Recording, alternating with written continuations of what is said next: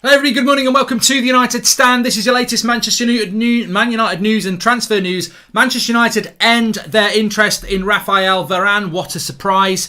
Reports about that. Also, Cristiano Ronaldo return, begging to keep Paul Pogba as we knew. And basically, a Manchester United chaotic transfer window. Whether that could still be a good one or not, I'm not going to write it off. I expect it to be a bad one, but chaotic is definitely the word. But first of all, to start off on a positive, I just want to give a big shout out to everybody who was watching the show last night and who was signed to the petition. It was on 32,000 yesterday. It's now on 57,000. It was on 44,000 last night. It's now on 57,000. This is massively down to the United Stand community. We're pushing this petition. It's pinned at the top of the live chat. It's in the video description as well. This is a petition to get reform in football and get it debated by Parliament in the UK. Now, some people may not like the 50+1. Some people may not understand what the 50+1 is. But ultimately, this is about reform in football. And what this will do is give another way of attacking these owners. Because ultimately, if you like having greedy owners in charge of football clubs,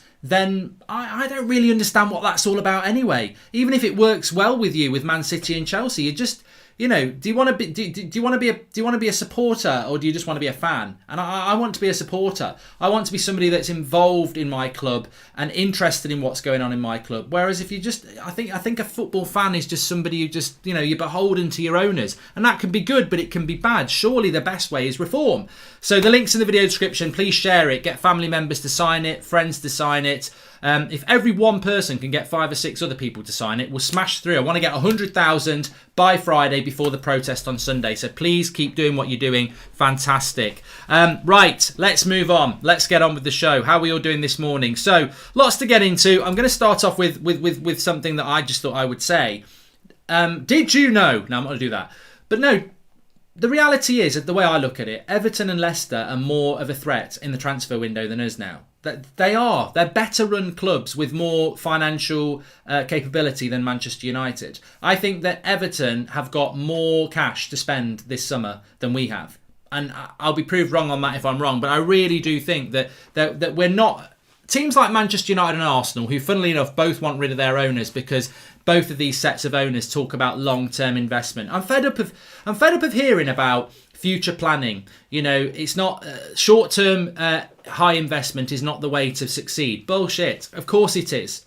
Of course it is. Look at the summer that Chelsea had last summer. Look at the summers that Man City have had. How have Man City gone in less than... How long did it take from Man City to go from a lower top division team to winning Premier League titles? I think they did it within 5 years, maybe less. Manchester City have had sustained success as Premier League winners and contenders, and they only really reinvented themselves 12 years ago. So these owners of Manchester United and Arsenal who talk about we're in it for the long term, it's a long-term vision to be being best again. You know what it actually is? You know what these long-term 3-year plans to win a title is? It's just buying time to make money. Because if they don't spend money and the club value goes up, they're making more money, more profit. But look at the actual facts. Look at PSG, look at Manchester City, look at Chelsea. They spend money and they are successful. I don't like that football's gone that way, but the reality is if you want Manchester United to win a title, they're going to have to spend 300 million quid. And of course, that's not going to happen.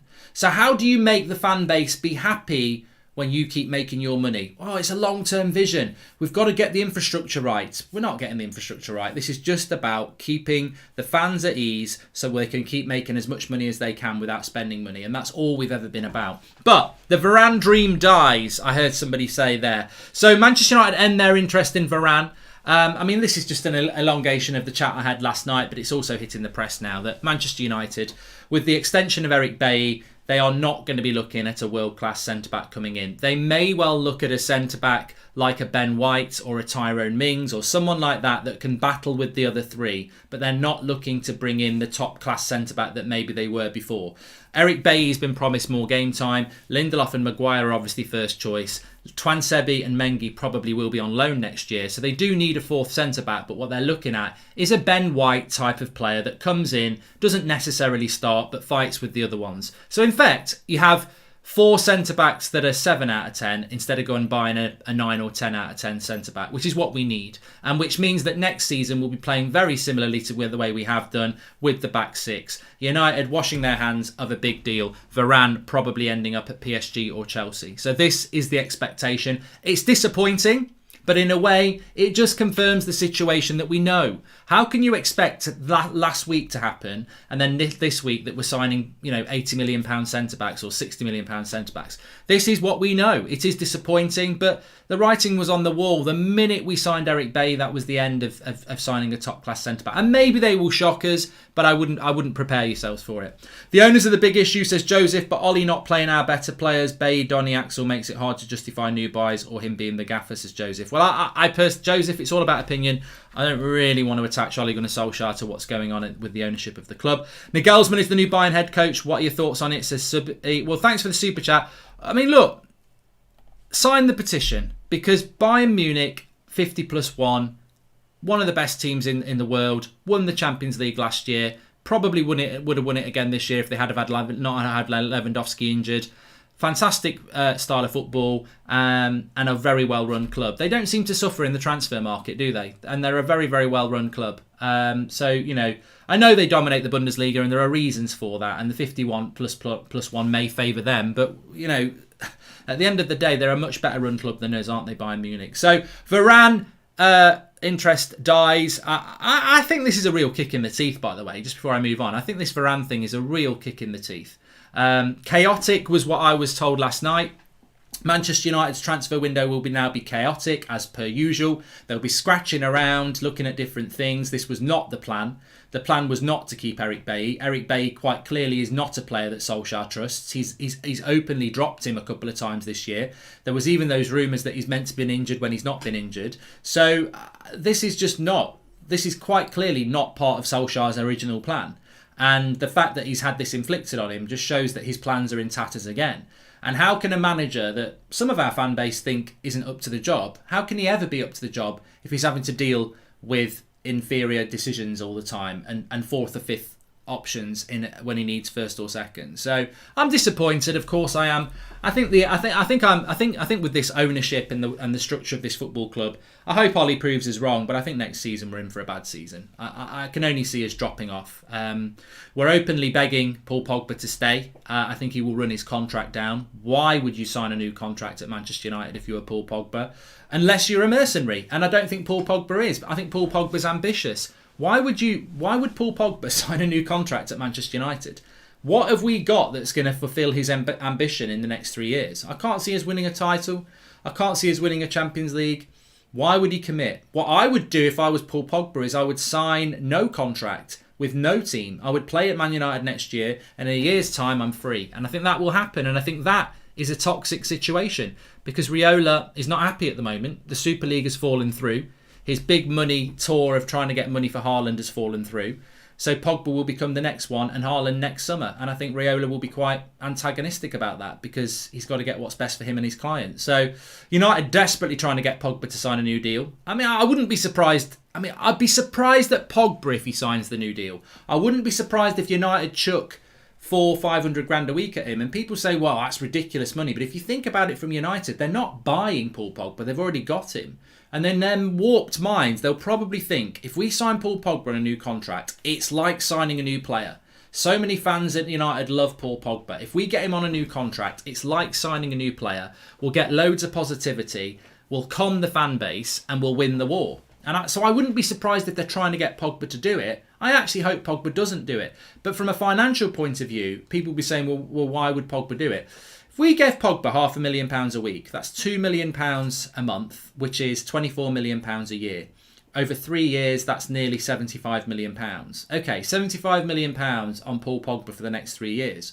But if he walks out the door for nothing in a year's time, you've lost 50 million anyway. So they'll look at it and go, well, them huge wages, actually, we don't really lose anything. But the value we get for the fans thinking that we're brilliant and we're building for the future. Because the rhetoric will be, chuck big money at Paul Pogba, make a big deal out of it, and then go, we're clearly building for the future if Pogba's staying. I don't think we are. I think if Pogba signs a new contract at Man United, He's doing it for the money, and I think Pogba's better than that, so I don't think he will do it anyway. But I guarantee United will chuck money at him, because financially it makes more sense to pay Pogba ridiculous money than let him go for nothing. And I think that they will do that, and I think we will be played, and I think that's what will happen. But we'll see.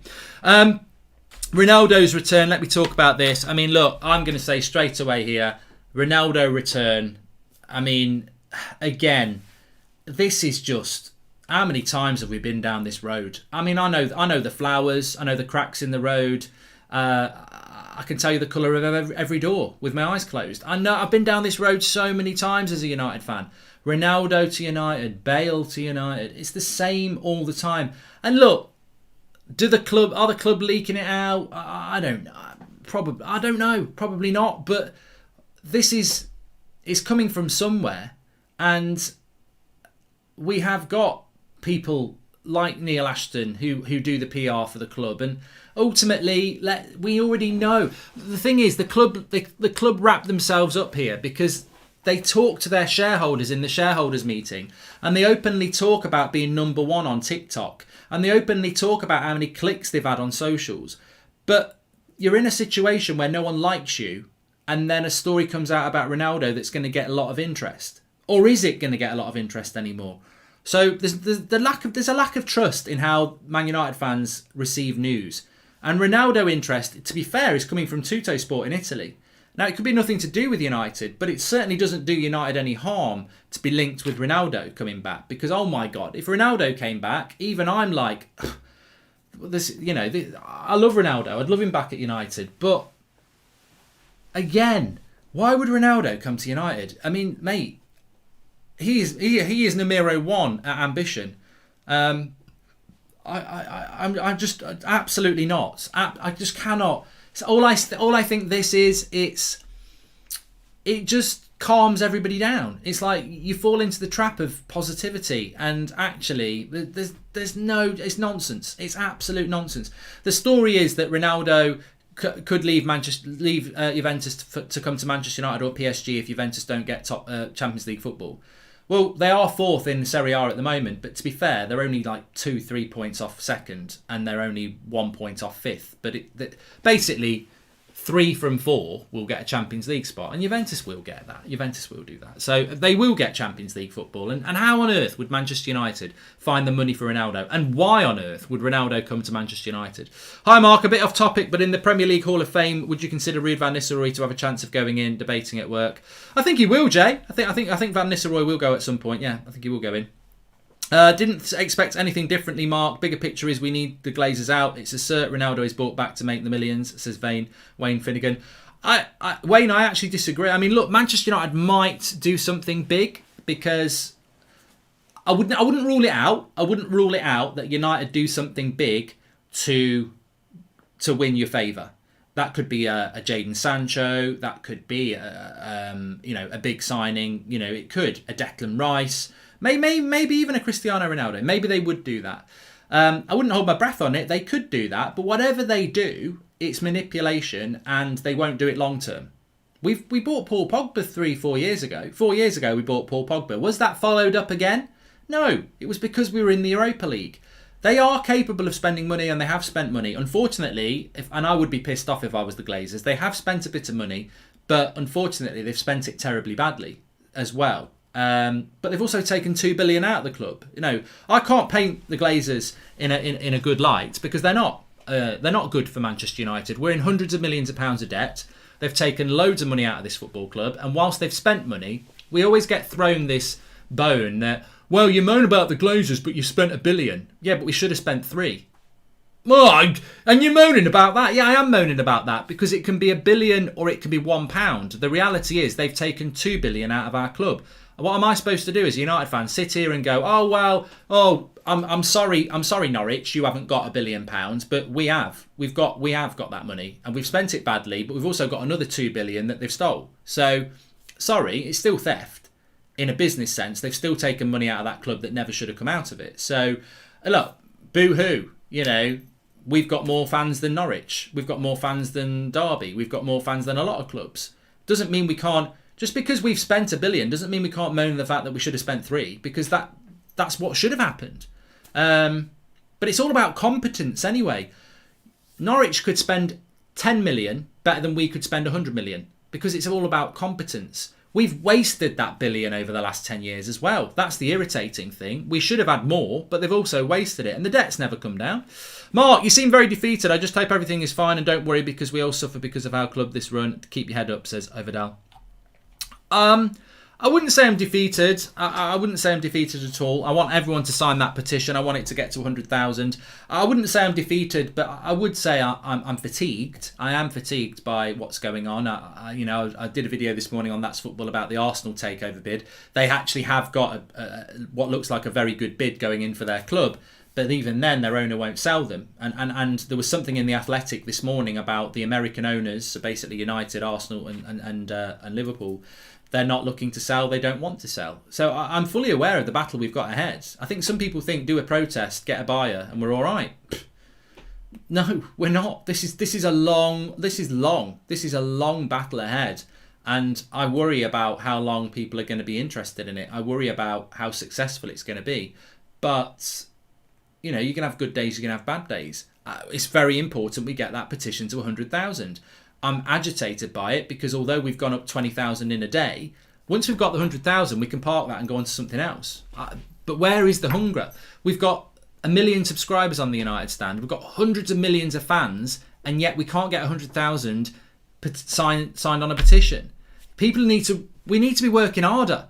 We've got to work harder. I want that done. I want that done so we can move on to something else. I'm stunned. I mean, I'm very. It's the United Stand community that's took it up to 20,000 overnight, but 100,000 people to sign a free petition. Come on, we're Manchester United. We need to get.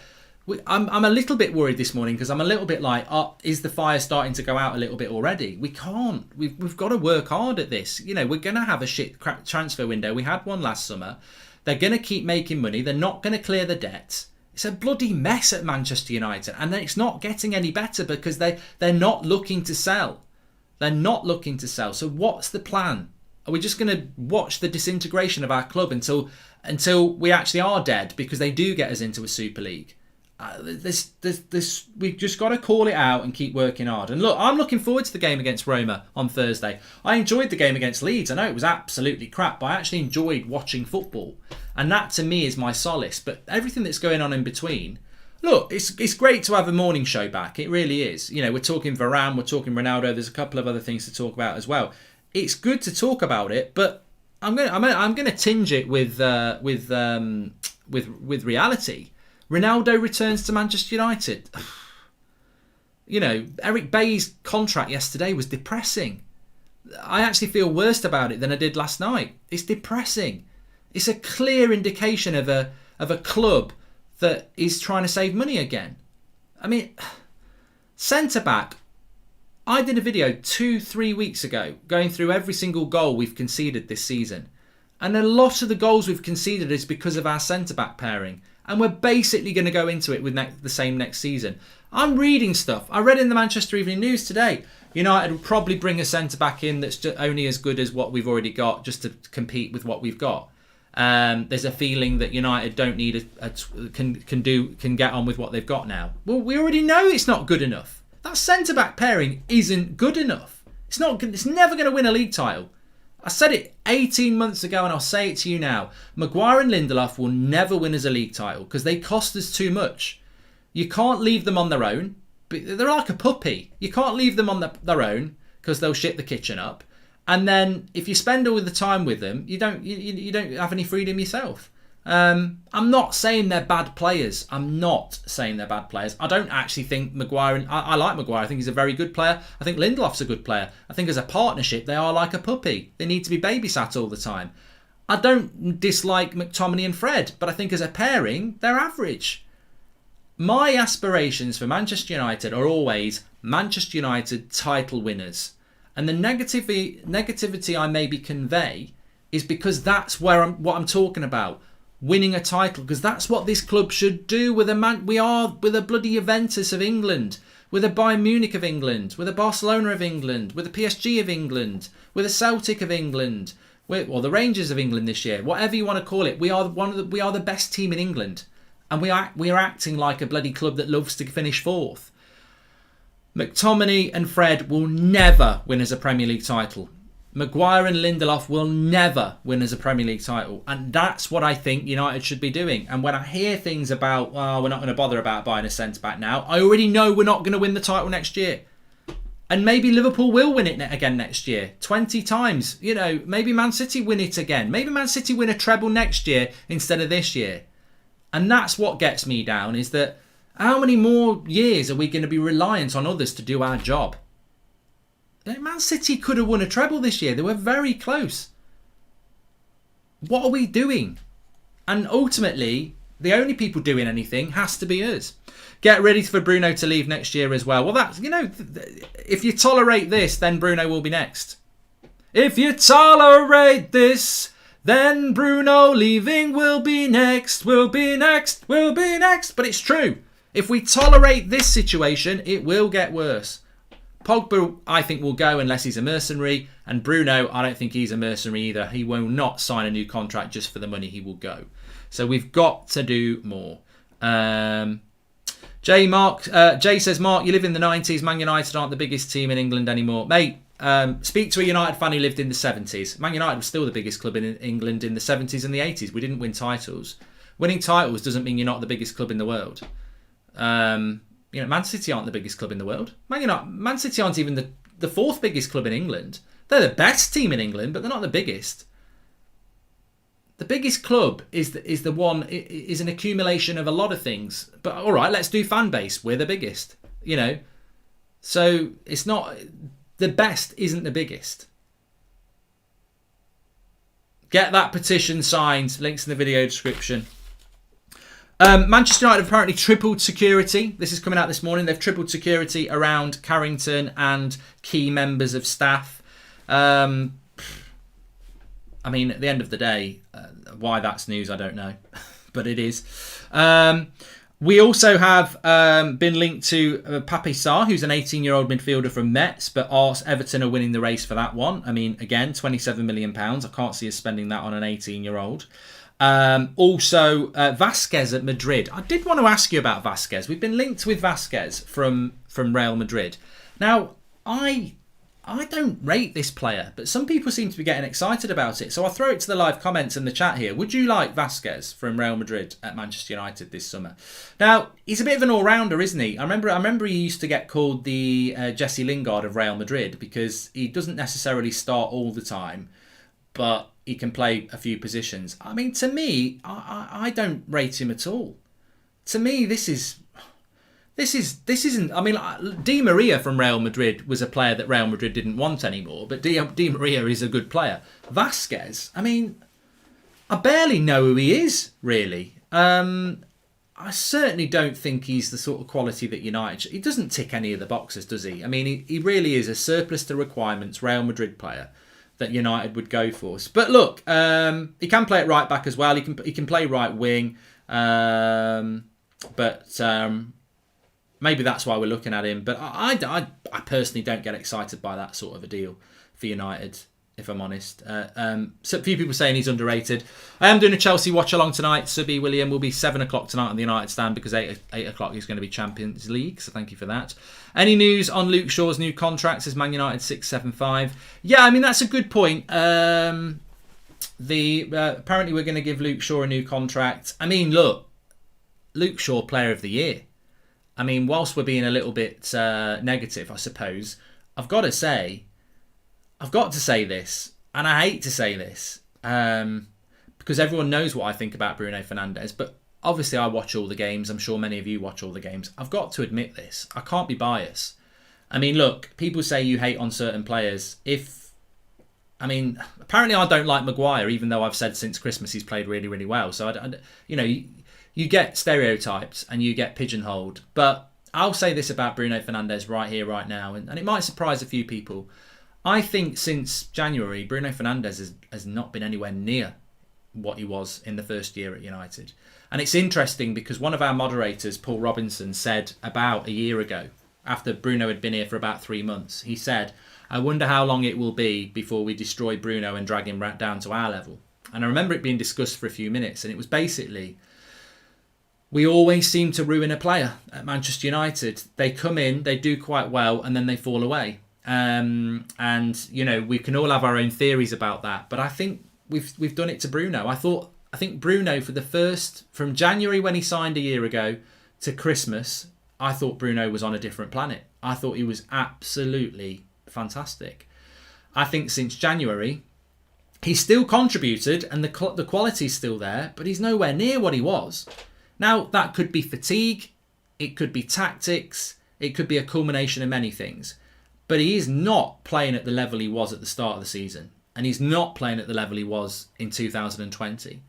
And I have to say it because I don't want to not be fair. And I think you have to be fair. I love Bruno Fernandes. He's my favourite player at United. I said before we got him that he would be revolutionary, and he has. And you look at the points accumulation since he's been at the club, and I still think he's contributing, but I don't think he's at the level that he was. And I think that a lot of that is to do with coaching, the system that we play, and fatigue. And he's suffering. Bruno, I feel sorry for him because I think he is suffering. He is not the player he was. I don't think he's been found out. I think we play a back six. It isolates him. He hasn't got quality around him. If you look at the game against Leeds and you're Bruno Fernandes, I'd quietly go and have a little cry in the toilet before the game when that team news comes out. Because I'd be like, oh, I've got McFred behind me doing protect Maguire and Lindelof. I've got Dan James on the right-hand side going around saying meet meet. I've got Rashford on the left who isn't fit. There's basically me and Mason then. And that sounds, I always try and bring a bit of a joke into it. But when you look at Bruno, I think he's been overplayed, but also what's going on around him. McTominay and Fred couldn't pass a parcel. And they're definitely not going to be allowed to push forward. So he's got nothing going on around him behind him. He's got Dan James on the right who just basically wants to run around. And then you've got Rashford on the left who clearly, he's not even training. He's not fit. I mean, how can Bruno Fernandes prosper in a team lacking creativity like that? And I think that's a really important thing. People moan about Bruno, but we've seen this happen to Pogba for 3 years before Bruno came in. It's almost like, oh, Paul Pogba's playing, we must play well. But you don't look at the team that's around him. There's very few teams in the world that you can drop one player in and they will perform even without things going on around them. Lionel Messi probably, maybe one or two others. But Bruno needs the ball and he also needs players around him moving. There's nothing going on around him. And also, I think he's been overplayed. I do. I think he's feeling the pressure. But yeah, so therefore, my longer point was going to be that Luke Shaw's probably Player of the Year now. I never thought I would have said that, but if I was voting for Player of the Year, and we still got a big month left, and look, Bruno can definitely win it back. It is Bruno or Luke Shaw for Player of the Year, Player of the Season. But I think at the moment, the real Lion King says Bruno looks tired, a lot like Rashford. I think at the moment, I would give it to Luke Shaw. I think Luke Shaw has been devastatingly consistent all season. And he doesn't look tired. He's fantastic. But I think maybe it's something that fans need to start thinking about. Bruno's my favourite player, but I am awake to the fact that since January, we're not seeing anywhere near the best out of Bruno. I think when he plays with Pogba, we see the best out of Bruno. And I think that proves the point that the system that we play when we don't pick Pogba and Bruno together, is bad for him. But look, if he has a good end to the season, that'd be great. Please smash a like on the video, by the way. But this moment in time, I would probably give him Player of the Year. But I mean, look, Harry Brewer says start Donny, Pogba and Bruno. I mean, that makes me want to cry. It makes me want to cry. We'd be such a good team if we could get Van der Beek, Pogba and Bruno into it. I mean, Pep would do it. Klopp would do it. We're obsessed, and it does, in a footballing sense, it does make I feel a bit emotional for many reasons at the moment. But I do feel like crying because I'm so fed up. I'm so fed up of that back six. I am, and not buying Varane or Akunde now means that next season we've got another year of back six. I can't. I mean, I'm not going anywhere, obviously, but I just can't deal with Maguire and Lindelof and McFred for another year. I cannot. And I don't dislike them as individuals. I think, I think in different systems, they're all good players. But another year of a back six, grinding out games by one win, by one goal. I can't do it. I can't do it. And I think effectively we're staring down the barrel of that. We are staring down the barrel of another year of a back six, because I don't care how good you think Maguire and Lindelof are, they're always going to need babysitting because they just don't have the mobility. You're going to have to play deeper and you're going to have to play two in front of them. And another season of that means another season of people like Bruno or Pogba if he's here, or Donny if he's here, either benched or not getting the support they need. But it all goes back. I mean, I think if you said to Ole Gunnar Solskjaer, there's 300 million, and you started the season and he had Maguire and Lindelof and Tomley and Fred there, you'd say, get out. I do think Ole is hamstrung. I think he could do... I'd do different things to Ole with the squad that he's got, but he's done fantastically well with what he's got. But he clearly isn't going to change what he's doing if he's not given the players to change it. He doesn't trust Bailly. So if you give him Varane, he'd drop Lindelof. If you don't give him Varane, he'll keep Lindelof. If you give him Declan Rice, he'd probably evolve his midfield and put Declan Rice with Pogba and Bruno. But you're not giving him that, so I'm going to protect my centre-backs and play McFred. He's not going to evolve unless he gets money, and he ain't getting money. Bruno created the most chances in the Premier League this season. We can't expect him to score every game. He created 4 world-class chances with Leeds, all in vain. Oi, Vishal, I'm a massive fan of Bruno. I don't think he's terrible. I don't think he's playing badly. What I'm saying is he's definitely not playing as well as he was at the start of the season, and that is obviously sad to see. Hi, Mark. I think United really need a lack in a proper striker. Perhaps Harry Kane or Calvert-Lewin. Keep up the great work, says Connor Wells. And Mark, I'm not Ollie out, but for a substitute, his subs are terrible. He needs to believe more in Donny, says Michael Peralta. Going back to what Connor said about striker, I'm not going to change my opinion on this. I'm not going to change my opinion on this. All I would say, Connor, is why would you? How many chances did Mason Greenwood get on Sunday against Leeds? I can't think of one chance in the box. Cavani played 2 or 3 games in a row and we created about 6 chances, and that's because we had Pogba and Bruno in the attack. We go back to having... I mean, look, I was going to talk about this in the Roma game, and I will talk about it a little bit more in that, but as a brief way, I was talking about this before the Super League. I said that I don't really like Pogba playing more advanced, but what we do get when we play Pogba and Bruno, or Pogba and Donny, or Donny and Bruno in the final 4 positions with Cavani in front, is we're making more chances for our striker. At the weekend against Leeds, we didn't play Pogba, we played Donny, we played Rashford, James and Greenwood got no chances in the graveyard shift. We seem to keep making the same mistake. When we play a back 6 with McFred, the only way we're going to create chances for our striker is if you play Pogba and Donny, or Pogba and Bruno, or Donny and Bruno. That's when you'll get great chances for Cavani or Greenwood. When you go back to your wingers, Rashford, who is not fit and just wants to get a shot off, and Dan James, who's basically like a quick right back playing on the right wing, you don't create anything for your striker. And we went back to that again at the weekend, didn't we? So it's all right saying we need a complete striker. I tell you what, if you put Harry Kane up front for us against Leeds, or you put Haaland up against Leeds, what difference would it make when you're not making chances?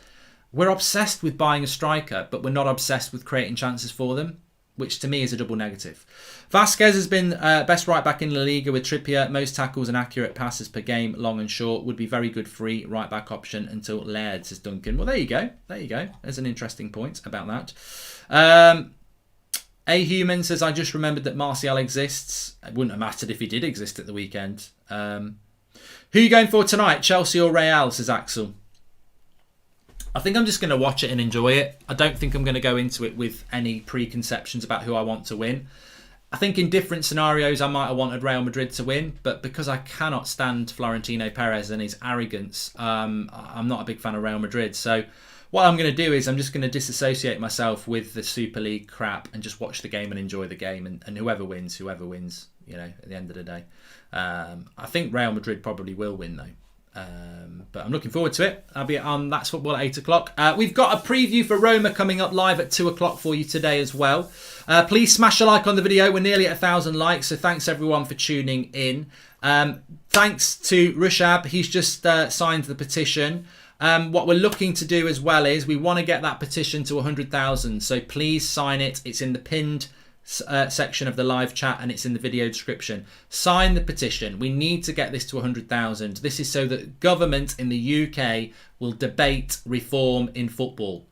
And we need that to happen. These owners don't want to sell. So we've got to do everything we can. We've got to get that to 100,000. I want it to get it to 100,000 by Friday, before the protest. So please, please, please sign that petition. And also, if you know people who've got email addresses like your parents or your girlfriend or their friends or your mates, get them to do it. It literally takes no time at all. You click the petition, you fill in a couple of things, you submit it, you then get an email to confirm and verify it, and then it's done. It's done. And then if you've got other people who will do it, do it. We've got to get this petition to 100,000. The sooner we do it, the sooner we can move on to something else. Thanks everyone for your support. Really appreciate it. Make sure you smash a like on the video. Now that Woodward has gone, will Murtagh get more freedom to make decisions? Says Sunrita. Murtagh, Richard Arnold, they're all cut from the same cloth. They're all Glazer. They're all under the Glazers. Nobody in Man United is going to make any changes while the Glazers are there. They're all minions of the Glazers. And why wouldn't they be? Because they're employees. That's what they are. His name's Murtagh. He's not bloody Rambo. He's not coming in there to kick ass and sort out Man United. He's there to do his job. And his job will be dictated by the owners. These owners don't want to go. They want to ride this storm out. They do not want to go. So we've got to kick on. We've got to kick on.